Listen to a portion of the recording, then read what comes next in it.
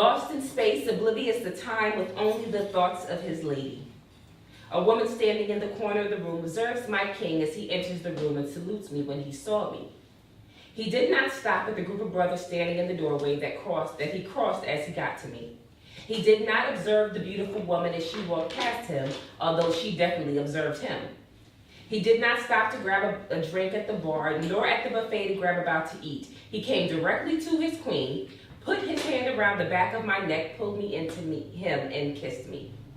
Later that evening, a woman came across to me and said, "He must not have seen you in a long time for him to kiss you like that." I smiled at her, having no idea that she'd witnessed, and I replied, "I just saw him in the parking lot. He kisses me like that every time he sees me." None of that short peck on the lips kind of kiss. He holds me, bends me back, grabs my behind kind of kiss. See, I knew the man was dangerous the moment I met him. The way he stared at me like he wasn't intimidated by me, like he was ready for me, claimed he wanted to get to know me. I knew the man was dangerous the moment I met him. We related to each other, had far too much in common. Our sense of humor seemed to match perfectly, but I was determined not to let him get the best of me. Long walks, long talks we spent, conversations on business, religion, family life and education, books, music, food, and recreation. I played it cool. He stayed consistent. I pulled away. He remained persistent. I ran. He chased. He went in for the kiss, and I gave him the side of my face. Big mistake. See, maybe I could have had a chance to escape. Maybe I could have survived this attack. But when the man grabbed my chin, pulled me close to him, I knew I didn't have a chance. This consummation had begun. Now, we didn't technically have sex that night, but the way he kissed me, I knew the probability would not be worth the fight. See, I believed that I had been kissed in the past. I was sure that I had been in other relationships that had lasted. I knew that this wasn't my first time experiencing this, but why I couldn't figure out why prior to this, it seemed like every other kiss was useless. He kisses me like he meant to. He kisses me like he meant to. Like it was the plan all along. Couldn't remember doing this with anyone else. Like all my life, I had been kissed wrong. He kisses me like he got paid to do it. And ladies, I hadn't even cooked for the man yet. He kisses me like he was gonna get some. Like he was trying to win his boys' bet. He kisses me like his mother told him to do it. Like his father had given him guidance. As though they'd been kissing for 50 years of marriage, and by kissing me too, he could also have it. He kisses me like his daughter's happiness depended on it. With so much dignity and class, she wouldn't have even been embarrassed, but longed for the day that her own prince would kiss her this way. He kisses me like he intended to kiss me forever, like he was making promises and commitment in foreign yet familiar tongues, like he was serious with what he wanted for me, like he wasn't just trying to have some temporary fun. He kisses me like, no, I'm gonna skip that part. He kisses me like it was the last time, as though he knows tomorrow isn't promised. He kisses me to heal all pain, and through his lips I find solace. He kisses me to remind me that we're secure, that through life's ups and downs, his kisses are my cure. I can fight, I can try, I can press on, no doubt, because his kisses give me confidence and I can knock all adversity out. He kisses me like he's afraid to lose me, like he won't get another chance. Through his kisses, I feel loved, duplicated, and enhanced.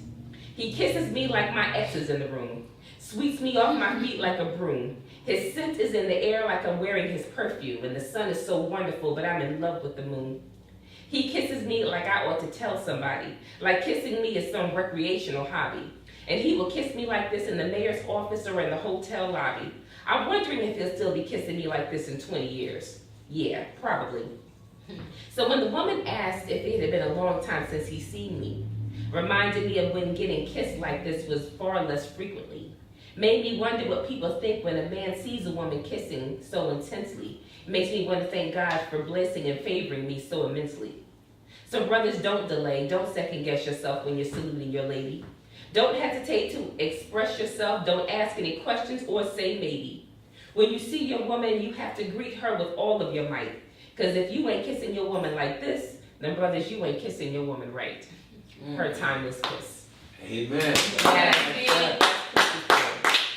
All right. So please put your hands together again for Silas.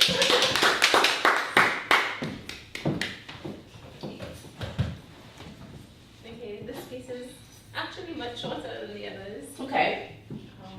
But just to honor the request Yes. to do another. Thank It's you. called Wake Up. Also to our men. Mm-hmm. And okay.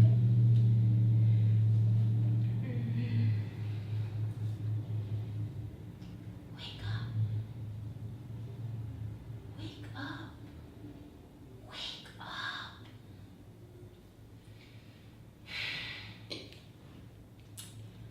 I'm standing on my lover's ledge, and I'm dancing on the water's edge,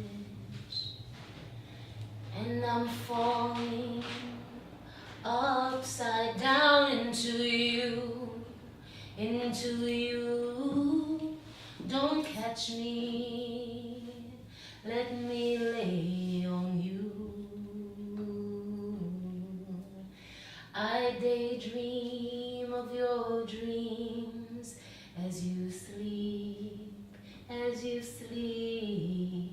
and I steal a kiss from your bottom lip, and your forehead wrinkles, you sigh, and you yawn, babe, till the next sunset, babe, till the next sunset, babe, till the next sunset. Let's face the dawn, let's face the dawn, let's face the dawn.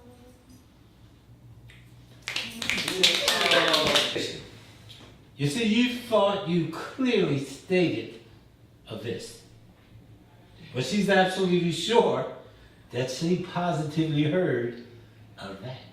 Mm-hmm.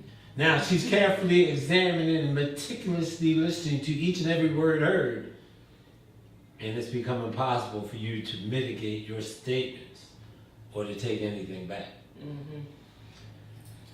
And you're about to learn that conversation is a quite different animal from dialogue, in the same way that seeing clearly is inextricably altered by an encroaching and dense fog. And even though you thought you clearly stated this, she's absolutely sure, without a doubt, that she positively heard of that. And you've become inextricably separated by what the two of you think for what is indeed actually fact. So, where do you go from here?